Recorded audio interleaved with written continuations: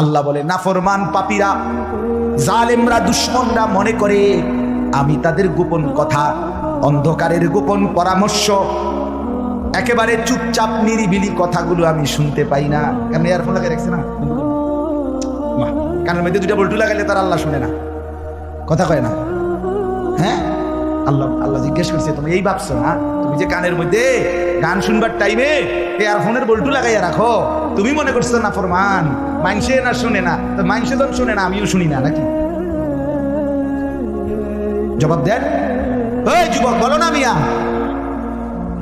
মাটির নিচে কিংবা অন্ধকারে অথবা একাকী কোনো গোপন জায়গায় তুমি যেই অসভ্যতা করছো, যেই ভিন নারীর সাথে কথা বলছো, বন্ধুদের অসভ্য আড্ডা দিচ্ছ, তুমি মনে করছো গ্রামের কেউ দেখে না, গ্রামের কেউ জানে না।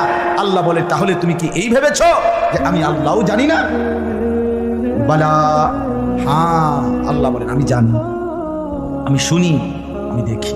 আর অরসুলুনা লাদাইহিম ইয়াকতুবুন, আমার পক্ষ থেকে মনোনীত ফেরেশতা ডান কাঁধে বাম কাঁধে, তারা কিন্তু সাথে সাথে 24 ঘন্টা ইয়াকতুবুন, লিখতেছে লিখতেছে লিখতেছে।